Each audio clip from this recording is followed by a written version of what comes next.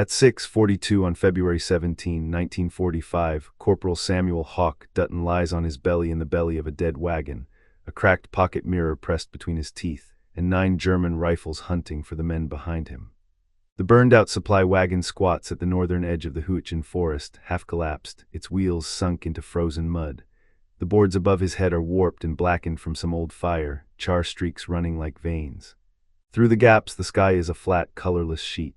The temperature hangs at 27 degrees Fahrenheit. The air is so wet and cold it bites his nostrils on every breath, a faint, freezing fog wrapping itself around the splintered trees. Humidity hovers over 90%, and the fog turns distance into a gray wall. Somewhere beyond that wall, 2 German mortar spotters kneel over a map case and a field telephone, calculating angles that could erase his squad in under a minute. Dutton tastes steel and old tobacco as the edge of the mirror digs into his lip. His jaws are clenched just enough to hold it steady. The glass is no larger than a cigarette pack, its silver backing spiderwebbed by a crack that runs diagonally from corner to corner. In its milky reflection, the world outside the wagon appears backwards, small and haunted.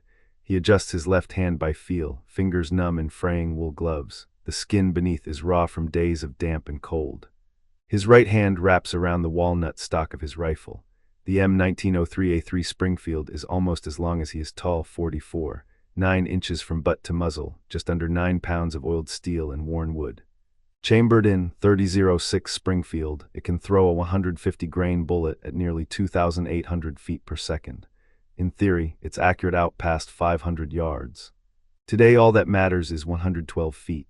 Outside, a German voice cuts through the fog, sharp, clipped, annoyed. Another answers, lower, calmer. Somewhere to Dutton's right, maybe 30 yards out, boots crunch in the frost, circling, probing. He doesn't risk a direct look. The wagon's side planks are gapped, but not that gapped. One careless glance and a sliver of pale American skin will flash between boards like a signal flare. Instead, he stares into the mirror. In the reversed reflection, a strip of open ground materializes, a narrow clearing between shattered spruce trunks. It's the color of old bone, broken by patches of dark, frozen dirt. 2 figures hover at the far edge, about 36 yards away, half obscured by angled trunks and a low rise of churned earth. The mortar spotters. One wears a steel-gray greatcoat, collar up against the cold, cap pulled low. The other has his helmet pushed back, a pencil clamped between his teeth as he hunches over a map board. A tripod-mounted rangefinder juts from the foxhole like a periscope, glass lenses catching faint, gray light. Between them and Dutton, scattered like teeth, are 9 German riflemen, Mauser 98Ks at the ready. One man leans against a shattered stump, another crouches behind a fallen tree, 2 more stand near a tangle of rusted wire, scanning the tree line that hides Dutton's squad. They think the Americans are somewhere out there in the trees. They have no idea one of them is already inside their killing ground. The wagon smells of wet ash and burned canvas. Somewhere under the boards, old spilled fuel has soaked into the wood, giving off a faint, sour ghost of gasoline. His breath fogs in front of him, drifting toward the muzzle. The barrel is cold against his gloved fingers, so cold it aches through the fabric. The wind pushes against the wagon's side, just a low pressure at first, then a stiffening gust that makes the charred beams creak. The mirror quivers, and in the reflection, the world jumps. The rangefinder's angle blurs. A German rifle muzzle jerks a few degrees left. One of the men turns, shouting an order Dutton can't quite make out. He exhales slowly through his nose, fogging the air, feeling his heartbeat in his teeth where they clutch the mirror.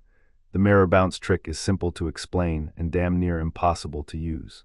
He lies low, eyes never breaking the plane of the floorboards. The mirror, tilted at roughly 34 degrees from horizontal, catches the outside scene and bounces it down toward him. What the men outside would see, if they bothered to look at this burned-out wagon, is nothing but a dark, empty frame with a faint scrap of broken glass tucked in the shadows. What he sees is a backward world. Move the rifle muzzle left, the reflection shifts right. Lift the barrel, the targets sink lower in the glass. Every motion is inverted, every correction reversed, and at this distance, a mistake of even 2 inches is the difference between silence and 9 screaming rifles. He inches the muzzle forward through a gap between the boards, a gap barely half an inch wide. The front sight post is invisible to him directly. He doesn't need to see it. He needs to see where it appears in the mirror. He breathes, slow and deliberate, fog rising and thinning with each cycle. Distance, 112 feet to the closest rifleman, about 37 yards, angle of fire. Slightly elevated, maybe 5 degrees above level, just enough to clear the frozen rise in front of the wagon. crosswind, barely there, 2-3 miles per hour from left to right, teasing the edges of the fog. He notes it all without words, the way a carpenter notes grain or a mechanic hears a misfire. The variables settle into place like tools in a belt. Behind him, out in the trees, his squad waits, blind to how close death is. If the mortar spotters finish their calculations, if they get off one clean correction over that field telephone, a rain of 81 shells will walk the tree line, tree bursts shredding bark and bone alike. In under 90 seconds, the forest could become a cloud of splinters and screams. The Germans don't know about the mirror. His own officers barely tolerated it. Parlor trick, one had said. Circus nonsense, another. You can't bend light and angles under fire, Corporal. But none of those men are lying in a frozen wagon today, smelling the ghosts of fuel and fire, trying to hold a cracked mirror steady with a jaw gone numb. Boots scrape closer. In the reflection, one of the 9 riflemen peels away from the others. He's young, maybe 20, cheeks ruddy from cold. His Mauser hangs loose in his hands, muzzle down. He trudges across the clearing, heading toward the wagon. Toward Dutton, 40 feet, 35, 30. The mirror jitters as the wagon's frame gives a protesting groan under a gust of wind. Dutton forces his teeth tighter, his jaw muscles burning. The young German's face grows larger in the glass, distorted slightly by the crack, his features split by the broken silver backing. The man slows, frowning, studying the wagon's charred silhouette. He turns his head, listening. Dutton hears it too, the faint clink of metal, someone behind the lines, adjusting a mortar round in its tube. They're almost ready. Dutton's right index finger curls tighter around the trigger, glove bunching under the pad of his finger. The steel is cold, a clean, unyielding curve. He settles the inverted sight picture, the ghost of a front sight over the ghost of a chest, both seen only in the mirror's backward eye. He draws in a breath, deep and steady, until his lungs ache. He lets half of it go, he holds. Outside, the young German turns fully toward the wagon now, eyes narrowing, suspicion hardening into focus. His right hand shifts on the Mauser's stock. His left raises, pointing at the wagon, at the crack in the boards, at the scrap of mirror catching just a whisper of gray light. Dutton's heart thumps once, heavy and slow. The mirror steadies. The forest goes very, very quiet. His finger begins to pull, cut to black. In the next 90 seconds, everything would change for Dutton, for his squad, and for the men who would later whisper about the sniper who learned to kill without ever showing his face. Samuel Dutton entered the world on a cold March morning in 1919, in a soot-rimmed neighborhood on the south side of Altoona, Pennsylvania. The houses, there were 2-room wooden boxes painted the same dull colors, gray if the owner could afford paint, brown if weather had stripped it bare. His family sat just 40 yards from the Pennsylvania Railroad yard, where freight cars clanged like church bells and coal dust blew through the alleys like a second weather system. His father, Earl Dutton, worked as a brakeman. Not a glamorous job, not an easy one, hard, dangerous labor on narrow rails slick with oil. Earl left at 400 most mornings, lunch pail in hand, boots thudding the rhythm of their lives. His mother, Lillian, took laundry from neighbors and sometimes mended work coats for yardmen who torn them climbing ladders in the dark. Sam grew up inside that noise. The crash of coupling cars, the deep bark of diesel engines, the hiss of steam bleeding off pressure. It was a constant, breathing thing.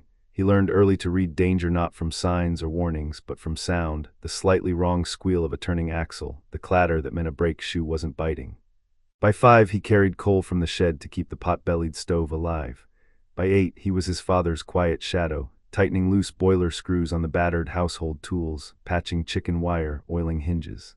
The neighbors said he had still water eyes, not blank, not cold, but watchful, always measuring. When he was 10, a railcar exploded after a misloaded tank ruptured under pressure. Windows shattered across 6 blocks. The concussion hit their house like a fist, knocking plates from shelves and throwing Sam straight off his stool. He remembered the sound more than the fear, a deep, rolling crack that swallowed every other noise. The next day he wandered the yard perimeter and studied the crater, the twisted steel, the scorch marks. Not from morbid curiosity, he wanted to know why. He always wanted to know why. That instinct would later save men's lives. At 15, too lean and too serious for his age, Sam walked into O'Halloran's auto and rail repair searching for part-time work. The shop smelled of gasoline, grease, and battery acid. Engines hung from chains like gutted animals. O'Halloran hired him because he didn't talk much and didn't flinch at filth. What began as sweeping floors turned into apprenticeship. Sam proved fast at understanding the hidden geometry of machines. Lines of force, angles of access, places where a wrench couldn't reach unless approached at a strange direction. By 18, he was the shop's go-to man for blind work, repairs on carburetors buried behind manifolds, oil lines tucked behind firewalls, the sort of jobs where even a slender mechanic couldn't fit an arm. The tool he used most was a small round inspection mirror, no bigger than a pocket watch fixed to a telescoping rod.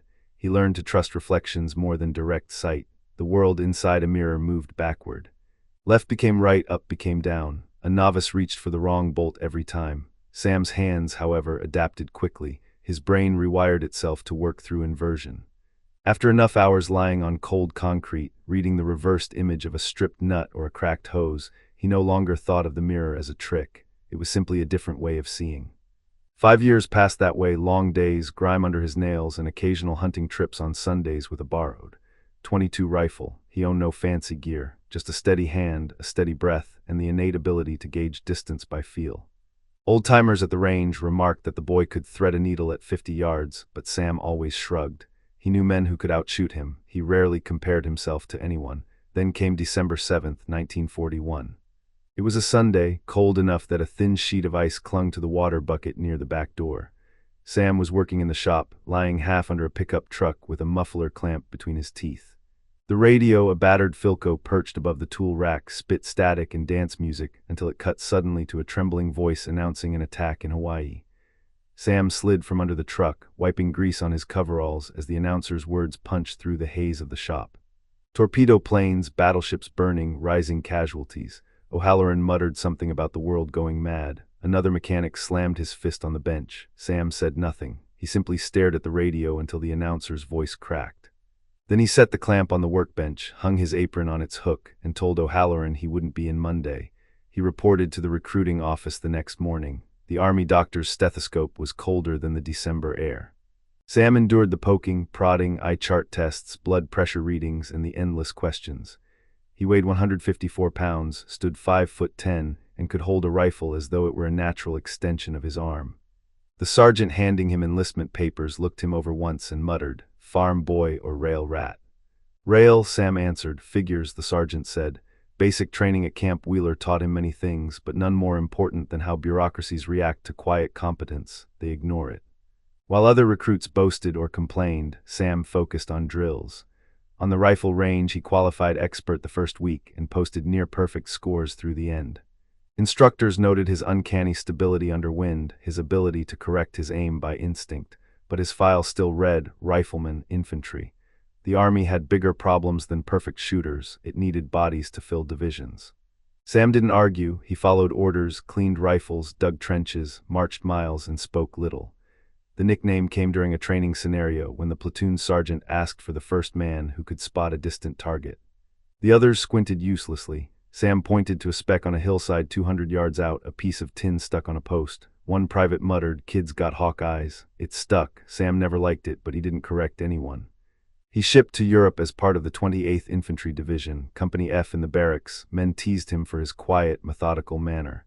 Not cruelly, just the way soldiers handle anyone not loud enough to blend in. Private Rizzi, loud as a jackhammer, called him Hawk every time he needed someone to check a loose bolt on a jeep or verify a distant silhouette wasn't a German patrol. Corporal Mathers declared that Sam could probably hit a flea at 70 paces if it held still long enough. Officers remained unimpressed. Requests to send him to a sniper qualification course sat buried on desks, never acknowledged. His bunkmates noticed what the officers didn't. Sam saw the world in angles. When men practiced camouflage, he'd point out gaps others missed. When they set perimeter guard, he suggested slight shifts, 6 feet left, 3 feet back to maximize coverage. He didn't boast, he didn't order. He just mentioned the adjustments, and men listened because they worked. One night during a live fire exercise, a lieutenant scoffed when Sam corrected the man's assumption about muzzle flash angles. "Son, your parlor tricks don't interest me," he snapped. Sam said nothing, but the squad privately agreed Hawk understood ballistics better than most officers. He didn't correct them either. From Steel Town to Hürtgen. In September 1944, the division boarded a troop train rumbling east through Pennsylvania. Sam watched the familiar ridgelines fade past the windows, coal banks, water towers, the distant glow of steel furnaces. The train jerked and groaned, the darkened countryside flashing by as if the land knew it was watching its sons leave. The train reached Camp Shanks, then the men marched to the docks where troop carriers lined the harbor like gray, floating warehouses. Sam's bunk aboard the SS Thomas Simley was the third tier in a stack so tightly spaced that when he rolled over his shoulder, brushed the bunk above him. The ship reeked of diesel, sweat, and vomit. The Atlantic crossing took 11 days, each one colder than the last. On day 5, a storm battered the convoy. The ship pitched so violently Sam watched a coffee cup slide the length of the mess table and smash against a pole. He spent nights listening to the groan of the hull and imagining the engines of his old shop, steam bleeding off a cracked valve, gears fighting for purchase. Familiar sounds made foreign by distance and salt air. When the ship reached Cherbourg, the sky was a dull iron lid and the docks stank of fish, brine, and spilled fuel. They marched through narrow streets still bearing scars of the earlier fighting, shell holes, blasted storefronts, windows patched with canvas. Then came the trucks, canvas-covered GMCs rattling toward the Belgian border. Cold seeped through seams in the canvas and gnawed at the men's fingers. They joked less as the roads narrowed and the woods thickened. And finally they reached the Hürtgen Forest, dark, dense, a maze of evergreens whose branches interlocked overhead like clasped hands, mud deep enough to swallow boots. A silence broken only by distant artillery and the creak of loaded branches in the wind. Doctrines, maps, and officer briefings promised firm maneuver lines. The enlisted men saw only trees and the shadows between them. Sam Dutton stepped into that forest carrying a standard rifle, a pocket mirror from his mechanic's kit, and the quiet certainty that war, like machinery, was a matter of angles. What he didn't yet know was that one unconventional trick, the same trick no officer took seriously, would soon decide whether his squad lived through the coming days, and it would force him to break rules that no man breaks lightly. By late January 1945, the Hürtgen Forest had become a living argument against every piece of doctrine the U.S. Army held dear. The manuals spoke of maneuver, flanking, fire superiority, clean logic drawn on empty paper. But nothing in a book could explain the way the Hürtgen swallowed sound, bent sightlines, and punished any man foolish enough to raise his head more than a few inches above the muck. On most mornings, visibility dropped to under 40 yards. Freezing fog clung to the pines like a second skin. Branches hunched low under the weight of wet snow, creating a latticework cage. A man could walk 10 yards off the trail and vanish utterly, swallowed not by darkness but by density. The German defenders understood this terrain intimately. Their doctrine was built for forests. Dispersed riflemen, camouflaged forward observers, and mortar teams positioned far enough back to stay untouchable. They dug narrow, elevated perches into tree trunks 8 to 12 feet above ground, swathed in burlap and pine branches, allowing spotters to look down through 100 vertical needles. Their field telephones hung from nails hammered into the bark. Their binoculars never flashed, wrapped in cloth to deaden glare. American counters, artillery suppression, wide patrol sweeps failed here. You couldn't suppress what you couldn't see. Mortars drifted through fog like invisible knives. Patrols disappeared into gray mist and returned with fewer men, or didn't return at all. Sniper doctrine failed too, U.S. Training focused on long-range precision and open-terrain concealment. But Dutton saw the flaw. In the Hürtgen, the advantage didn't go to the man who shot straightest. It went to the man who could see without being seen, even at distances shorter than a city street. Every time they advanced, shells followed them. Not random fire, corrected fire. Someone out there was watching. Someone above or behind a curtain of branches, adjusting everything the Americans did down to the yard. A forward observer, a single pair of German eyes. And each time they failed to find him, the forest collected another debt. Names in the trees. The first death came on February 3rd. Private Daniel McCready, 19 years old from St. Paul, Minnesota, was crouched behind a pine stump less than 2 feet thick. He had freckles across his nose and a habit of humming when nervous. That morning, fog pressed low enough to graze the tree trunks. A half-dozen shells fell behind the squad, short, erratic misses. Then came one clean, deliberate correction. The 81 mortar round hit the stump directly. The wood exploded outward in a ring of splinters, and one shard as long as a bayonet punched through McCready's chest. He was dead before he fell. Dutton helped roll him onto a poncho. The stump was gone, just shredded pulp in a hole steaming in the cold. Later, when the fog lifted, Dutton saw it, the faint impression of footprints circling high on a tree trunk, bark stripped in a narrow ring.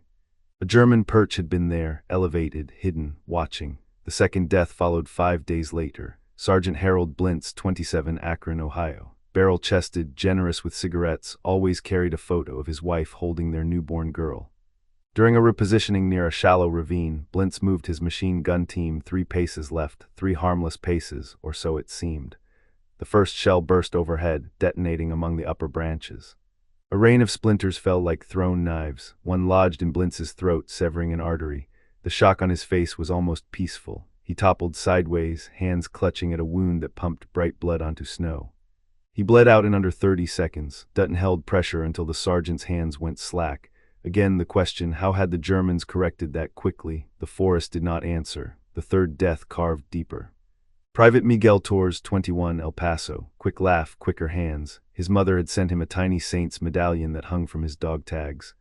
On February 12th, during a night probe meant to locate a suspected forward observer post, the squad advanced quietly, so quietly Dutton could hear his own heartbeat in his helmet. They never saw the enemy. They only heard the crackle of a field phone somewhere above them, muffled by canvas and leaves. Then the mortars came. The first blast struck 6 meters behind them, throwing dirt and pine needles like a tidal surge. The second hit so close the concussion stunned Dutton's hearing into a high ringing. Torres was thrown to his knees. A third round struck a tree trunk directly above him. The trunk sheared in half and crashed down, pinning Torres by the legs as bark and sap rained down like grit. He screamed once, sharp, human, terrified. Dutton dragged him out from under the fallen trunk, but the damage was done. A jagged branch had punched deep into the young man's abdomen. Torres gripped Dutton's sleeve with a trembling hand. Didn't see Hawk, thought I was low enough.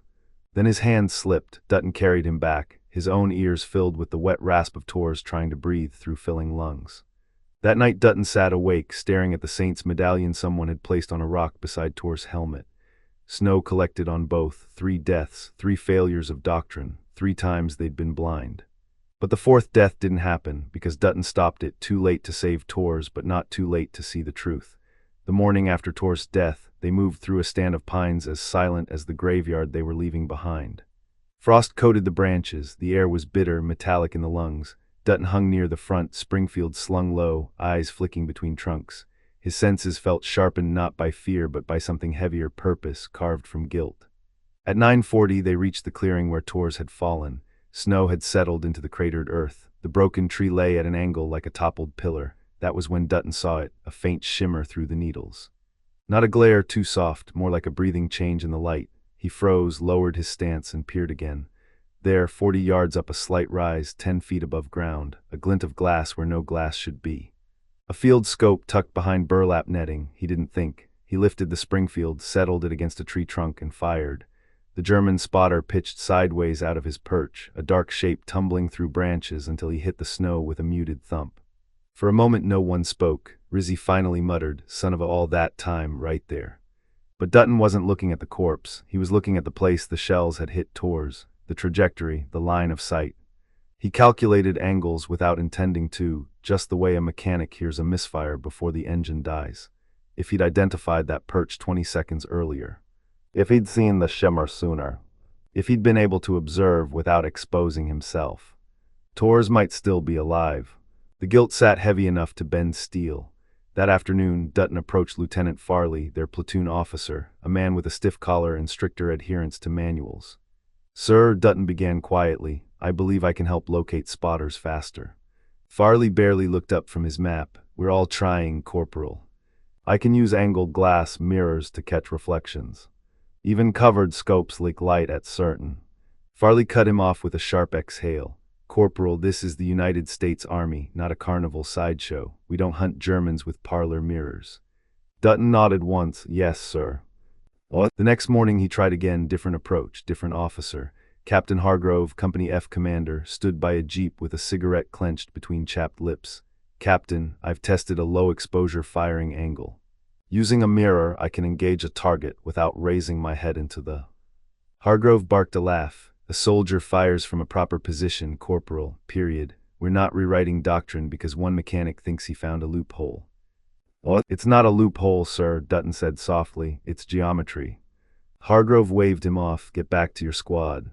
The conversation ended. The principal did not. Dutton understood that the officers didn't see what he saw. They didn't know how his brain processed angles in reverse, how 5 years of working in cramped engine bays had given him a private language of light and leverage. They saw a cheap trick. They didn't see the tool. The final push came on February 15th.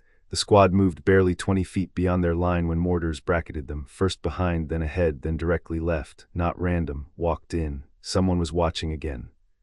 At 05:12 on February 17, 1945, the Hürtgen Forest is still half asleep, cold, gray, and listening. Frost clings to every pine needle. Fog drift wraps around the trunks like thin wool. Corporal Samuel Dutton kneels beside the burned-out supply wagon and touches its charred siding as if greeting an old, wounded friend. The wagon sits tilted in a shallow depression, two wheels buried in frozen mud. Its boards are black and brittle, its frame leans 3 degrees off true. Dutton can feel the skew just by running a hand across the grain. To anyone else it's junk. To him, it's a geometry problem waiting to be solved. He sets down his kit in silence, breath feathering in the cold. Inside the kit, the cracked pocket mirror, roughly 2 7" by 2 1", a tin lid from yesterday's rations, torn strips of cardboard. A handkerchief stiffened with frost, and his Springfield clean, cold, heavier than usual in the dense morning air. He crawls into the wagon's interior. It smells like wet ash and axle grease. Frost has settled on the inner walls.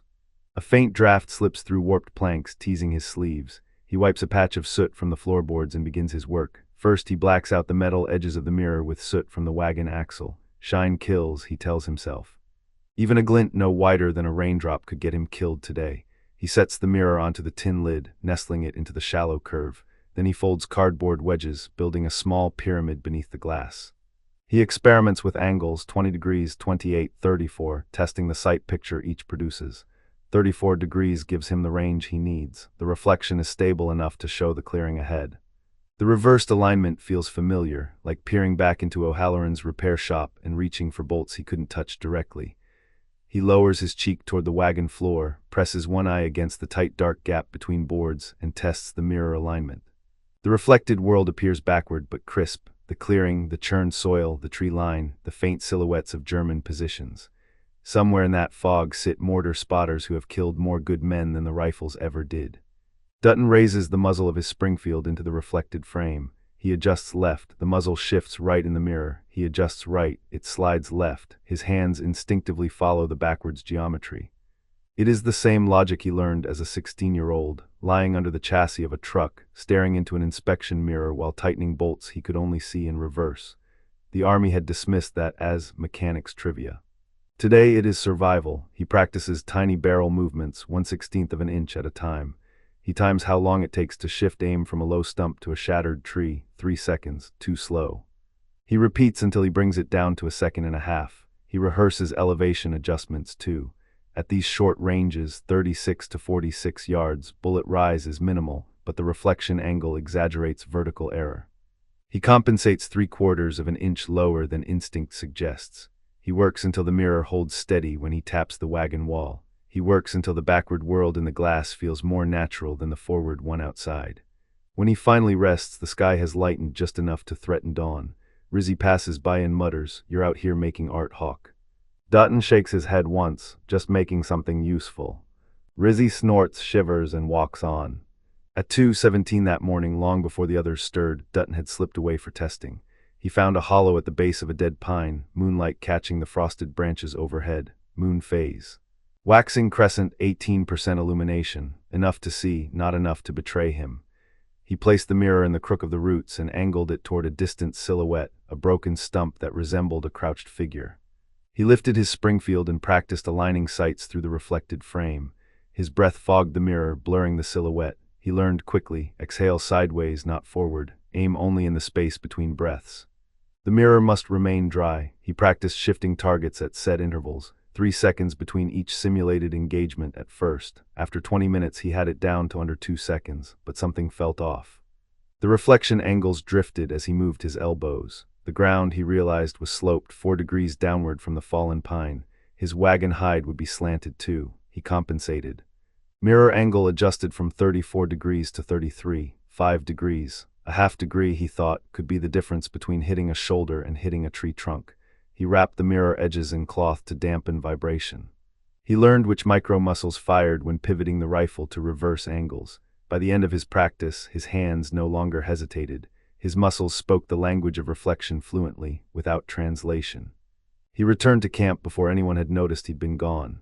At 6:10, Captain Hargrove gathered the platoon in a shallow trench carved between 2 fallen trees.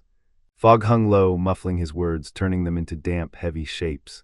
"Intelligence intercepted chatter," Hargrove said. "A German patrol will push to establish new mortar registration points along our sector. If they succeed, we'll lose this line within the hour." He pointed his glove at the clearing. Their observers are out there. We kill them, we hold. Dutton listened, jaw tight. He calculated rough odds. Without neutralizing the spotters, survival was maybe 20% maybe. They'd be blind, pinned, shredded by tree bursts. With the spotters down, they stood a fighting chance. He didn't need permission. He didn't need doctrine. He needed 90 seconds and a mirror. He rose. Rizzy caught his sleeve. "Hawk, tell me you ain't about to do something stupid." Dutton checked the cracked mirror in his pocket. Just something different. What? He walked toward the burned wagon while the others prepped for contact. 90 seconds. 6:42:0. Dutton lies prone in the wagon. Frost creeps along the inner boards. The mirror rests on its cardboard wedge. His breath comes slow and thin. Fog drifts through the gaps and softens the reflected clearing into shifting gray shapes. Through the mirror he sees them, 9 German riflemen scattered along the clearing's edge. Beyond them, 2 mortar spotters hunched over a field telephone.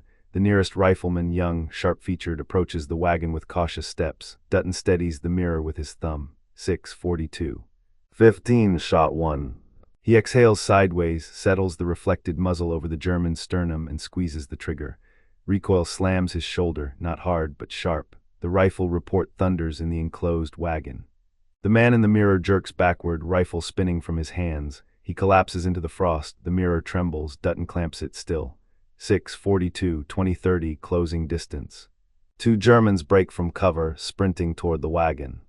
The mirror shows them coming from the left, though he must pivot his rifle right to lead them. He adjusts, breath, trigger, shot 2. The first runner folds mid-charge, arm thrown wide. He pivots again. The second runner dives behind a stump. Fog thickens, blurring the reflection. Dutton wipes condensation with his sleeve, careful not to nudge the angle. 6:42. 30:45, the third rifleman. A German at 41 yards lanes from behind a tree. Dutton angles his rifle upward by 2 degrees, just enough to thread the bullet through a gap in the branches. Shot 3. The soldier drops sideways, disappearing from view.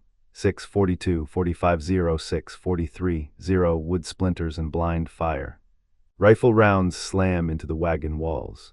Splinters fly, the wagon rattles. Dutton keeps low. He can feel each round chewing through old wood inches above his skull. A German moves at 28 yards, circling to flank the wagon. Dutton aims through a narrow seam between planks. Shot 4. The German collapses mid-step, boots skidding in frost. The wagon shudders. The mirror tilts dangerously. Dutton restabilizes it with 2 fingers, the cold biting through his gloves. 6:43. 0:006:43, 15, spotter 1. The first mortar spotter leans over the field phone, shouting corrections. He is 36 yards away, partially obscured by netting. Dutton lowers the muzzle 1. 8 inches to match the reversed reflection. He fires, shot 5. The spotter buckles forward over the phone, body slack. Silence. No, the second spotter is screaming coordinates into the handset. 6:43. 15:06:43, 25, the last rifleman. A final German charges recklessly, closing to 19 yards. His breath fogs in the cold, his boots hammer frost. Dutton holds his fire until the man is nearly centered. Shot 6. The German crumples instantly. 6:43, 25:06:43. 42, spotter 2. The second spotter rises from the dugout, face taut with panic, phone cord twisted around his arm. He climbs onto the perch to see better, his final mistake. Dutton angles the muzzle upward, precise, controlled. He fires, shot 7. The bullet passes through the netting and takes the man cleanly. His body slumps against the tree roots. Fog drifts. No movement remains in the clearing. No shouted corrections, no sprinting riflemen, only stillness, and the wagon's charred bones creaking in the cold, proof of concept. For 9 full seconds nothing moves, then Rizzy's voice faint, "Hold fire." "Hold, what the hell just happened?"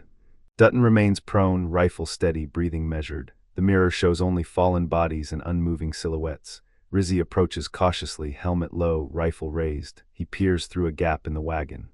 "Hawk," he whispers, "you didn't even show your face." Dutton lowers the rifle, his shoulder throbs, his ears ring. His jaw aches where he held the mirror tight between his teeth. Backslash. But his squad is alive, no mortar rounds fall. No trees explode, the forest for once is quiet. Hargrove arrives, breath puffing white. He scans the clearing, dumbfounded. "Corporal, how did you?" Dutton simply sets the mirror on the wagon floor. The crack across its surface gleams faintly. The captain swallows hard. He looks from the mirror to the clearing to Dutton. He says nothing, because what could he say? Rules had not saved them today. A mirror had. Across the forest, word would soon spread. There was an American rifleman who killed Germans without ever showing his face. By 10:00 on February 17th, the clearing was quiet. No mortar shells fell. No tree trunks burst into shards. No distant shouts in German echoed across the fog line. For the first time in nearly a month, the forest felt less like a throat tightening around them and more like a place where a man might live until morning. Word spread faster than smoke. It started with Rizzy, naturally. "You see what Hawk did," he whispered to the neighboring squad as they crouched in a shallow depression waiting for orders.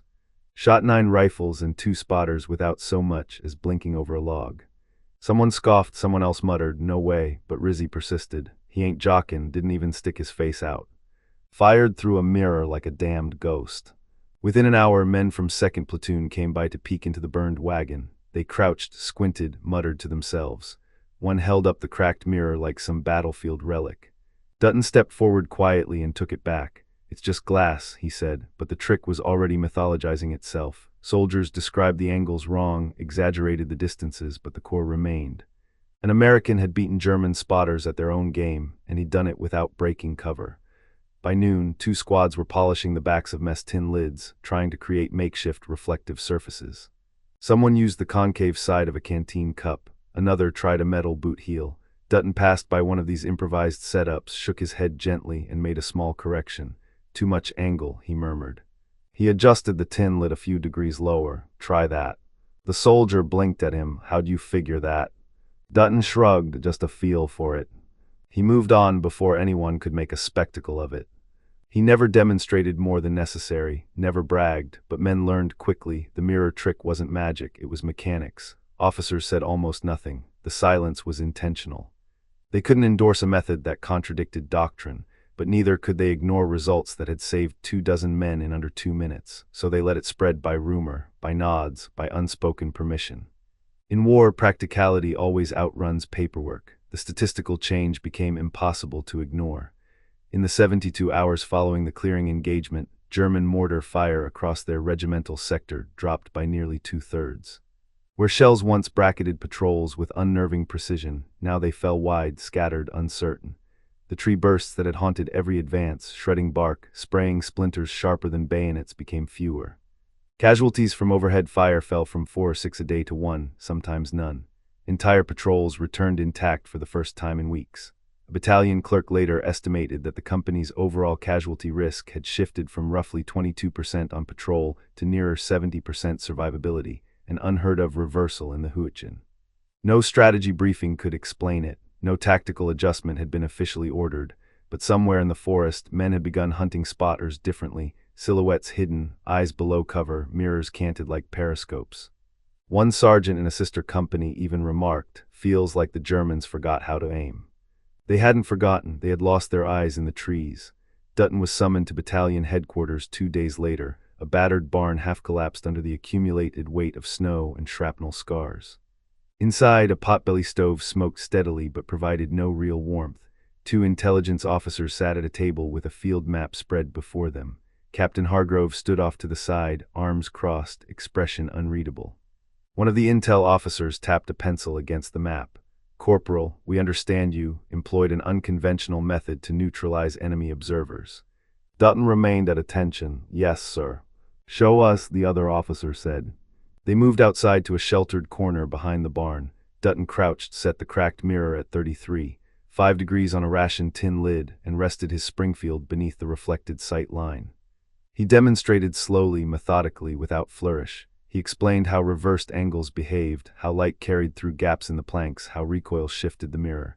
He showed only what mattered, no more. The officers exchanged looks, curiosity mixed with discomfort. "That's interesting," one finally said. "Highly unorthodox," murmured the other. Hargrove stared at the mirror as if it were a small heresy made of glass. No commendation was issued, no official endorsement. They could not write into doctrine what they privately accepted as life-saving. Instead, Hargrove prepared a watered-down citation. Displayed unusual initiative under difficult conditions. Nothing about mirrors, nothing about innovation, nothing about the men who lived because of it. When he handed the citation to Dutton, the captain cleared his throat. "Good work, Corporal." "Let's leave it at that." Dutton nodded once. Yes, sir. He folded the paper into his breast pocket. It felt thinner than his gloves, lighter than the mirror he kept tucked near his ribs. Recognition without admission. The Army's way of saying thank you while pretending nothing had changed. The Germans noticed something was wrong almost immediately. On February 18th, a captured mortar crewman, barely 20, shaking from cold and hunger, reported strange rumors spreading among frontline troops. Some claimed the Americans had developed a rifle that fired around corners. Others insisted they'd seen muzzle flashes from impossible angles, low to the ground, as if the bullets crawled rather than flew. Spotters grew nervous. Some raised their perches higher in the trees, hoping additional elevation would protect them from unseen American snipers. Others built decoy nests, empty burlap-wrapped boxes nailed to trunks, glimpses meant to draw fire. Mortar teams began relocating every few hours, even in heavy snow. The tactic reduced their effectiveness. Constant movement meant they rarely had time to register exact coordinates. Barrages became sloppy guesswork. German infantrymen muttered about light tricks and invisible shooters. Several commanders dismissed the rumors outright, but the men who crept through the trees at night knew better. Something in the American lines had changed. When a single trick unsettles an enemy enough to shift their doctrine, it becomes more than improvisation. It becomes strategy. The war ended months later, as all wars do, in exhaustion, paperwork, and the slow unraveling of tension men had carried for years. Dutton boarded a troop ship home with fewer words than he'd ever had, because some experiences aren't meant to be told, not fully, not neatly. He returned to Altoona in late 1945. The rail yard smelled the same: diesel, hot steel, cold mornings. The shop at O'Halloran's looked smaller than he remembered, its tools arranged with